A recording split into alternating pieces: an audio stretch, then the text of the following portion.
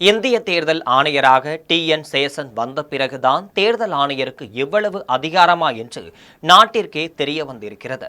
அப்போது மத்தியில் ஆட்சியில் இருந்த காங்கிரஸ் தேர்தல் ஆணையரின் அதிகாரத்தை குறைக்க சட்டம் ஒன்றையும் இயற்றியிருக்கிறது. அதுவரை தேர்தல் ஆணையராக ஒருவர் மட்டுமே பணியாற்றி வந்திருக்கிறார். ஆனால் அவர் எடுப்பதுதான் முடிவாகவே இருந்து வந்தது.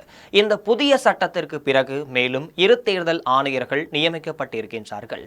இதன் பிறகு தேர்தல் ஆணையர் எந்த ஒரு முடிவு எடுப்பதாக இருந்தாலும் மற்ற 2 தேர்தல் ஆணையரிடமும் ஆலோசனைகள் கேட்டுதான் முடிவு செய்ய முடியும். அதேபோல இப்போது மத்தியில் இருக்கிற பாஜக அரசு அதற்கு மேல் சென்றிருக்கிறது. அது என்ன என்பதை இந்த செய்தியில் விரிவாக பார்க்கலாம். தேர்தலின் போது மட்டுமே செய்திகளில் அடிபடும் தேர்தல் ஆணையம் இப்போது தினம் தினம் தவறான காரணங்களால் தலைப்புச் செய்தியாகுகிறது. மிக முக்கியமாக 2 அரசியல் பிரச்சனைகள் தேர்தல் ஆணையத்தின் நடுநிலையை சந்தேகத்திற்குரியதாக மாற்றியுள்ளது.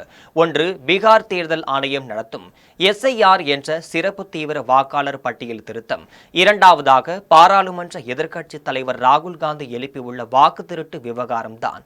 பீகாரில் வாக்காளர் பட்டியல் திருத்தம் ஆரம்பம் முதலே சர்ச்சையில் சிக்கி வருகிறது. 2025 ஜனவரியில் திருத்தப்பட்ட வாக்காளர் பட்டியலை வெளியிட்டிருக்கிறது. சட்டமன்ற தேர்தலுக்கான எல்லா ஆயுதங்களையும் செய்து வந்தது. இந்த நேரத்தில் தான் திடீரென SIR-ஐ செய்ய வேண்டிய அவசியம் ஏன் வந்தது என்ற கேள்விக்கே தேர்தல் ஆணையம் இன்னும் பதில் சொல்ல முடியாமல் இருந்து வருகிறது. 18 வயது நிரம்பிய இந்தியர்கள் அனைவரையும் வாக்காளர் பட்டியலில் இணைக்க வேண்டிய பொறுப்பு தேர்தல் ஆணையத்திற்கு இருந்திருக்கிறது. அப்படி இருக்க திடீரென்று அது வழி மாறி வாக்காளர் தங்கள் இருப்பிடத்தை நிரூபிக்க வேண்டும் என்ற முடிவை எடுத்தது. 2003ஆம் ஆண்டு பீகார் வாக்காளர் பட்டியலை மேற்கொள்ளப்பட்ட சிறப்பு திருத்தத்தை அளவுகோலாக வைத்துக்கொண்டு அந்த பட்டியலில் இடம்பெற்றவர்கள் ஒரு கணக்கெடுப்பின் படிவத்துடன் தங்களை ஆவணங்களை சமர்ப்பிக்க வேண்டும் என்றும் கேட்டிருந்தது. இருப்பிட ஆதாரமாக ஆதார் அட்டை, வாக்காளர் அடையாள அட்டை, ரேஷன் கார்டு போன்ற ஆவணங்களை ஏற்க முடியாது என்றது. உச்சநீதிமன்றமே கேட்டபோதும் அவற்றை நம்பகமான ஆவணங்களாக ஏற்க முடியாது என பிடிவாதம் காட்டி வந்துள்ளது. தேர்தல் ஆணையம் கேட்கும் போது 11 வகையான ஆவணங்கள் பீகார் மக்களிடையே பெரும்பாலானவர்களிடம் இல்லை. இதனால் பல லட்சம் பேர் கணக்கெடுப்பு படிவத்தையும் தர முடியாத சூழ்நிலை ஏற்பட்டிருக்கிறது. இந்த நிலைமையின் விபரீதமாவதை புரிந்து கொண்ட தேர்தல் ஆணையம் கடந்த ஜூலை 6ஆம் தேதி ஒரு விளம்பரம் கொடுத்தது.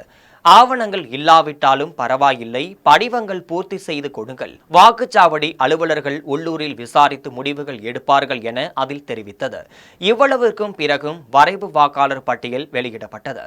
அதில் சுமார் 65 லட்சம் பேர் விடுபட்டிருக்கின்றார்கள். இத்தனை பேரின் வாக்குரிமை என்னானது என்று கேட்டால் 22.34 லட்சம் பேர் இறந்திருக்கின்றனர். 36.28 லட்சம் பேர் நிரந்தரமாக வெளி மாநிலங்களுக்கு சென்று இருக்கின்றனர் அல்லது கண்டறிய முடியாத இடங்களில் இருக்கின்றனர். 7.1 லட்சம் பேருக்கு ஒன்றுக்கு மேற்பட்ட இடங்களில் வாக்குரிமை இருந்தது என்ற காரணத்தை சொல்லி இருக்கிறது தேர்தல் ஆணையம்.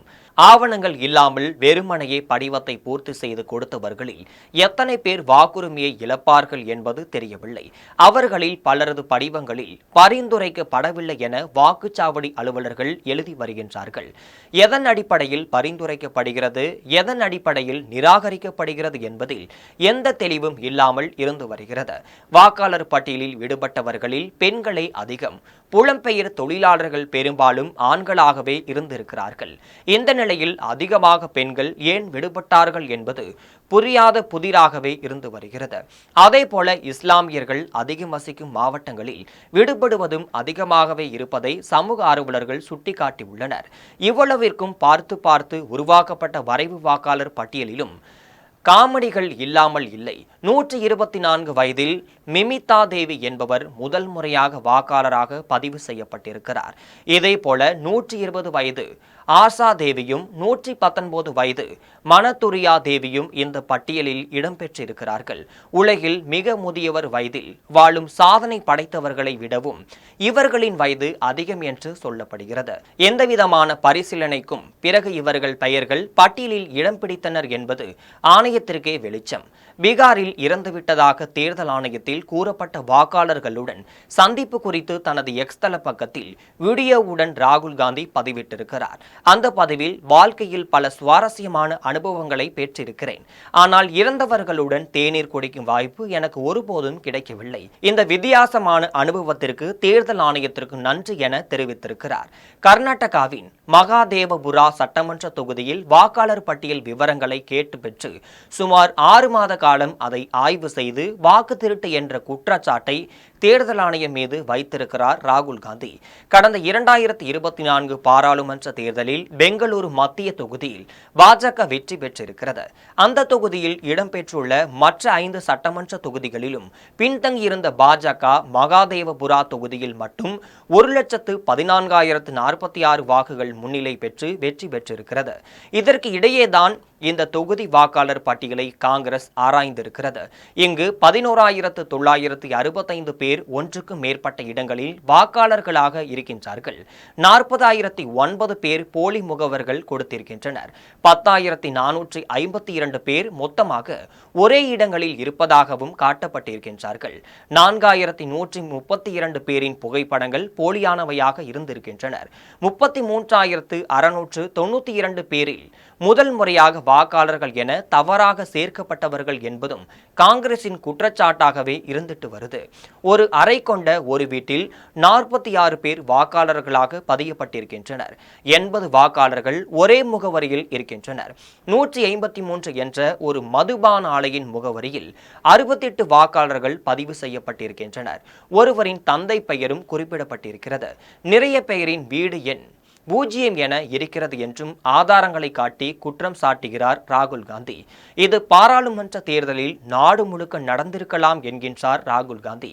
இதே போன்ற வாக்காளர் பட்டியலில் மோசடியே மகாராஷ்டிராவிலும் நடந்ததும் ஹரியானாவில் நடைபெற்றதும் என்பதுதான் அவர் சொல்லும் இன்னொரு குற்றச்சாட்டாகவே இருந்துட்டு வருது. வாக்காளர் பட்டியலை எளிதில் தேடவும் உதவும் முறையில் டிஜிட்டல் வடிவத்தில் கட்சிக்கு தராதது ஏன் என்று ராகுல் கேட்டிருக்கிறார்.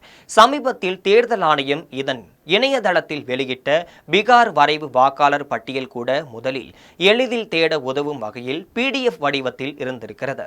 பின்னர் அதை நீக்கிவிட்டு டிஜிட்டல் இமேஜாக பதிவேற்றி உள்ளனர். இதில் தகவலையும் தேடுவது கடினமாகவே இருந்துட்டு வருது. தேர்தல்களை வாக்குச்சீட்டு அடிப்படையில் நடத்துவதா அல்லது வாக்குப்பதிவு இயந்திரத்தை பயன்படுத்துவதா என்ற விவாதத்தை தாண்டி தேர்தல் ஆணையம் நடுநிலையாகவே செயல்படுகிறதா என்ற கேள்விக்கு இப்போது முக்கியம் என்கின்றார் ராகுல் காந்தி.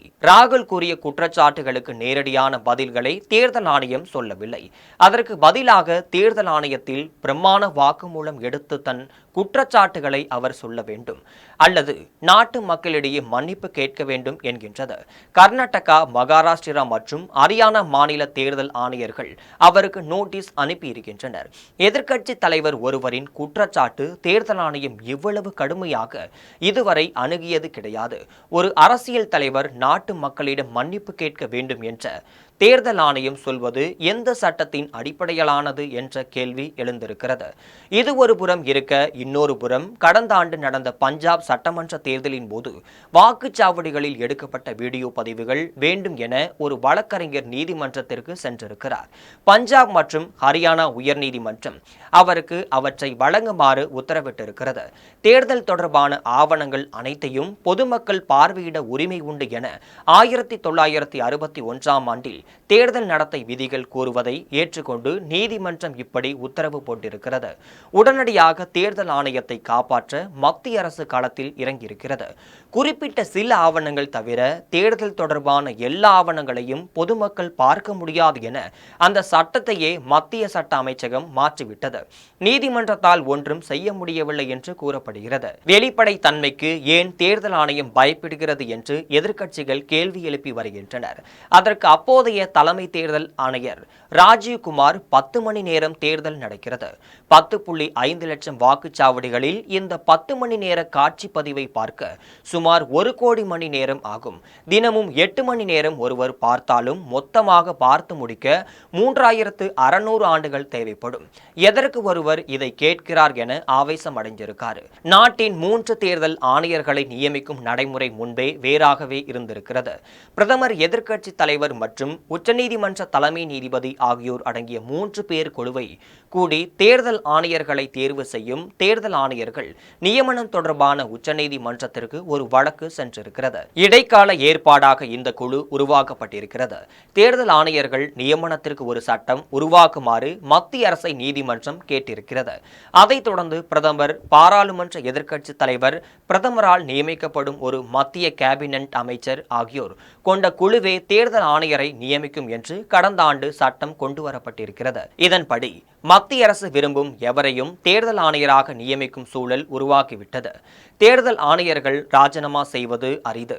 ஆனால் கடந்த 5 ஆண்டுகளில் 2 பேர் மர்மமான சூழலில் ராஜினாமா செய்திருக்கிறார்கள். அசோக் லாவாஸ் கடந்த 2018ஆம் ஆண்டு தேர்தல் ஆணையராக நியமிக்கப்பட்டிருக்கிறார். அவர் 2020 ஆகஸ்ட் மாதம் திடீரென ராஜினாமாவும் செய்திருக்கிறார். அவரது ராஜினாமாவிற்கு காரணங்கள் எதுவும் அவ்வப்போது சொல்லப்படவில்லை என்று கூறப்படுகிறது. 2019 பாராளுமன்ற தேர்தலின் போது பிரதமர் மோடி, உள்துறை அமைச்சர் அமித்ஷா ஆகியோர் செய்த பிரச்சாரங்கள் குறித்து எதிர்க்கட்சிகள் தரப்பில் பல்வேறு புகார்கள் தரப்பட்டிருக்கின்றன.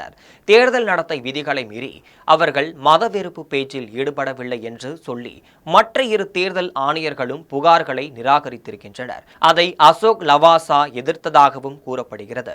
அதைத் தொடர்ந்து அவர் மனைவி மற்றும் சகோதரிக்கு வருமான வரித்துறை நோட்டீஸும் அனுப்பியிருக்கிறது. அவர் மகன் இயக்குநராகவும் இருக்கும் நிறுவனத்தில் அமலாக்கத்துறை சோதனையும் நடத்தியிருக்கு. அதன் பின் தேர்தல் ஆணைய கூட்டங்களுக்கு வருவதை நிறுத்தியவர் 2020 ஆகஸ்டில் ராஜினாமாவும் செய்திருக்காரு. அதன் பிறகு அவர் ஆசிய வளர்ச்சி வங்கியின் துணைத் தலைவராகவும் நியமனம் செய்யப்பட்டார்.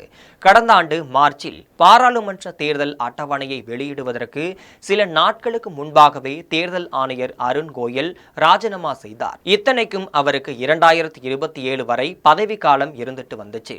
தலைமை தேர்தல் ஆணையராகும் வாய்ப்பும் அவருக்கு இருந்தது. ஆனால் தனிப்பட்ட காரணங்களுக்காகவே அவர் ராஜினாமா செய்ததாகவும் அப்போது கூறப்பட்டு வந்துச்சு. ஆனால் தலைமை தேர்தல் ஆணையராக இருந்த ராஜீவ் குமாருடன் கருத்து வேறுபாடு ஏற்பட்டு அவர் ராஜினாமா செய்ததாக தகவலும் வெளியானுச்சு. பிறகு அவர் குரோசியா நாட்டிற்கு தூதராகவும் நியமிக்கப்பட்டிருக்காரு. இப்படியெல்லாம் இருக்க வாக்காளர் பட்டியலை 100% துல்லியமாக உருவாக்க முடியாது. அதில் தவறுகள் இருப்பது இயல்புதான். ஆனால் இப்படி ஒரு சந்தேகம் எழும்போது தன் மீதான களங்கத்தை துடைக்க தேர்தல் ஆணையம் முன்வர வேண்டும். தவறுகளை சரி செய்வதன் மூலம் மட்டும் தன் நடுநிலையை நிரூபிக்க முடியுமே தவிர கேள்வி கேட்பவர்களை மிரட்டுவதாலேயோ வாயமூட சொல்வதாலேயோ அல்ல என்று சொல்கின்றனர்.